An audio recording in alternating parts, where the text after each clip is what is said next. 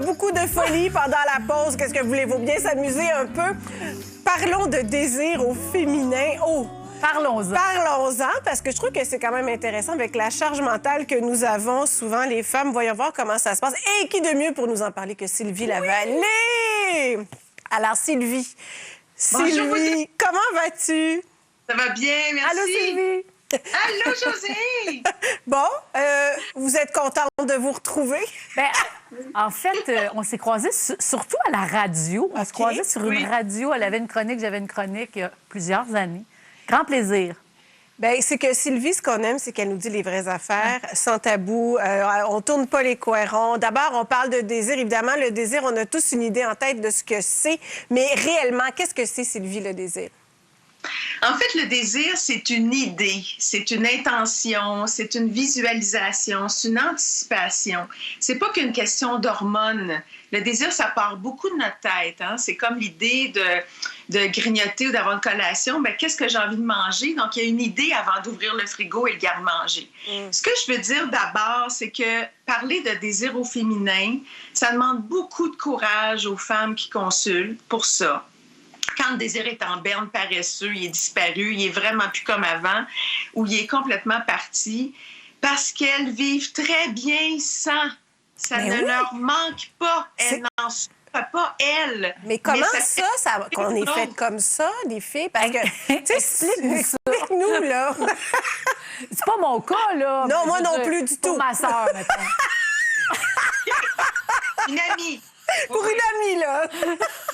C'est que on croit à tort, et je vais généraliser, que le désir, on le prend pour acquis, on n'a pas besoin de l'entretenir. Il va être là toute notre vie, peu importe nos responsabilités, nos problèmes de santé ou les irritants dans notre vie de couple. Donc, on manque de le cultiver, de stimuler nos idées, de bouger vers l'autre. Alors, c'est un peu comme quand il n'est pas là, mais on attend qu'il revienne passivement. Et c'est là la grande erreur.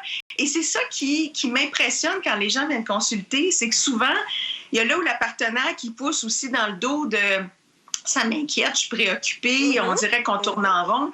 Puis là, les femmes viennent consulter parce qu'elles sont soucieuses aussi de déplaire à l'autre, mais en même temps, découragées de dire « on dirait que j'y arriverai pas, j'ai pas le goût d'avoir le goût ». Puis des fois, ça me tente pas que ça me tente non plus. Donc, c'est très complexe parler du désir. Je peux pas en montrer, je peux pas en encapsuler. Ça se démontre pas, c'est un concept abstrait. OK, bon, mais... Oui, en même temps, quand tu es longtemps avec quelqu'un, il y a la routine qui s'installe, il y a la chimie peut-être qui diminue, les papillons qui s'envolent. Il y a beaucoup de choses, la vie, les enfants. En tout cas, bref, juste d'en parler, je suis fatiguée, mais tout ça peut aussi diminuer le désir. Et pourtant, quand on retrouve ça, on réalise à quel point ça fait du bien. C'est le fun de se toucher, de faire l'amour, de tout ça. Mais il faut ce que j'ai envie de Pascal, Josée, et à toutes les téléspectatrices à l'écoute, c'est que moi, j'aime bien utiliser ce concept-là en thérapie pour rendre un peu plus concret l'abstrait du désir. C'est que le désir ponctue l'amour. C'est une façon de matérialiser nos sentiments, d'actualiser notre attachement à l'autre. Alors, très souvent, les femmes qui ont moins de désir n'ont pas l'idée, puis arrêtent et se freinent de bouger. Alors, quand on peut bouger vers l'autre, puis retoucher l'autre parce que je t'aime, t'es important, tu comptes pour moi, t'es déterminant dans ma vie, je te trouve beau, tu me plais, mais on dirait que le corps, le message passe plus dans le corps. Alors, très souvent, ça, c'est un grand stimulant pour reprendre un contact, évidemment sans pression que ça devienne un préliminaire, mais de retrouver un élan, un mouvement. Le désir, je trouve, il est là-dedans, dans l'appréciation de l'autre.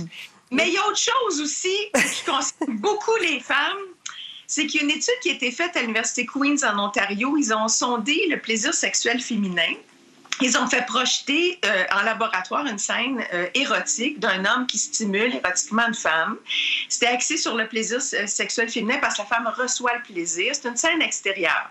Et ils ont reproduit par ordinateur tous les points rouges des pixels du film pour avoir un suivi oculaire de la femme. Donc, ils sont interrogés sur qu'est-ce qu'elle regarde et ce qu'elle regarde, est-ce que ça l'inspire?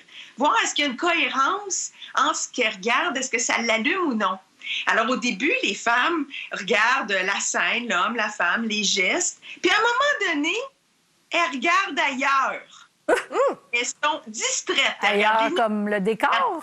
Le décor, la piscine, la haie, la voiture, elles regardent ailleurs. L'heure, elles regardent Ouais, l'heure. elles regardent l'heure, oui, pensent, j'imagine, dans leur tête, c'est ça. C'est bon, ça, Josée. C'est que, moi, c'est un phénomène... Des choses à faire, là. Oui, c'est ça.